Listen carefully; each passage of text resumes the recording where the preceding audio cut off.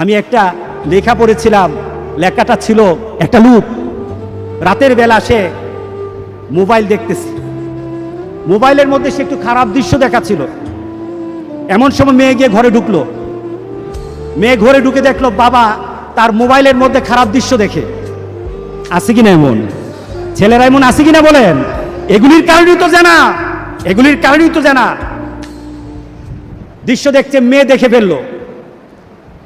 মেয়ে তখন বাবাকে বলল, বাবা তোমার লজ্জা লাগলো না? লজ্জা করে না? একটা শব্দ বলেছে, লজ্জা করে না বাবা, লজ্জা করে না বাবা। মেয়েটা ঘরে চলে গেল।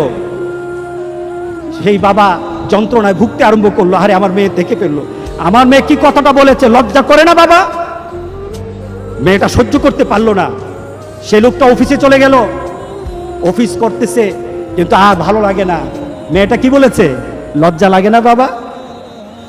কিন্তু মেয়েটার যন্ত্রণায় সে হার্ট ফিল করলো, বাবার এই অবস্থা দেখে হার্ট ফিল করলো। মেয়েটা এরপরে মারা গেল। বাবা যখন বাড়িতে ফিরে আসলো, মেয়েটা বাবার মাথাটা নোয়া, লজ্জিত একটা মুখ। এখনই আমার মেয়ের সাথে দেখা হলে আমার কানে বাজতেছে, আমার মেয়ে আমাকে বলেছে লজ্জা লাগে না বাবা। আমি কিভাবে আমার মেয়ের সামনে যাব, আমি কিভাবে আমার মেয়ের সামনে যাব? এই চিন্তা যখন করতেছে, এমন সময় দরজা খোলার সাথে সাথে একটা চিৎকার শুনলো। স্ত্রী চিৎকার বলতেছে, আমার মেয়েটা মারা গেছে, আমার মেয়েটা মারা গেছে। বাবার কানে তখন বাজতেছিল রাতের কথা, লজ্জা লাগে না বাবা। তার দাফন হলো, তার জানাজার ব্যবস্থা হলো। দাফন করার সময় মেয়েটাকে যখন কবরের মধ্যে দাফন করে দেয়, কবরের মধ্যে রাখা অবস্থায় বাবা একটা চিৎকার করার কথা ছিল। মেয়েটা তো চলে যায়, বাবা চিৎকার করার কথা ছিল, বাবা চিৎকার করে নাই, বাবা হেসে দিয়েছে। বাবা হেসে দিল। তাকে জিজ্ঞাসা করলো, তুমি হাসছো কেন?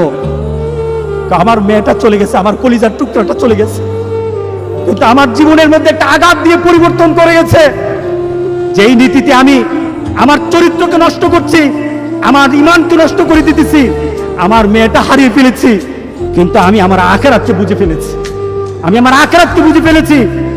আজকে সমাজের যারা প্রিভেন্টিভ করছেন না, আপনি চিন্তা করছেন আপনার মেয়েটা কিন্তু একদিন আপনার জন্য বিপদ হয়ে যাবে, আপনার জন্য বিপদ হয়ে যাবে। এই মেয়েটা যদি চরিত্রবান হয়, তাহলে আপনার জন্য এটা কাল হাসরের দিন আপনার জন্য অনেক কিছু পাওয়া হবে। আর এই মেয়েটা যদি চরিত্রহীন হয়, তাহলে মনে রেখে দিন, আপনার মেয়ে কিন্তু আপনাকে ছাড়বে না, আপনার মেয়ে আপনাকে ছাড়বে না। সুতরাং আমরা যদি হতে চাই ভালো একটা বাবা হবো, রাজি আছি সবাই? এই দুশ্চরিত্র স্বভাব যার মধ্যে আছে, যেই বাবার মধ্যে দুশ্চরিত্র স্বভাব আছে, এই কারণেই মেয়েগুলি খারাপ হয়, ছেলেগুলি খারাপ হয়। বাবা নামাজ নাই, মেয়ের নামাজ নাই, মার নামাজ নাই, মেয়ের নামাজ নাই, ছেলের নামাজ নাই। সুতরাং আমরা চলুন একটা সুন্দর একটা সমাজ চিন্তা করি, যেই সমাজের মধ্যে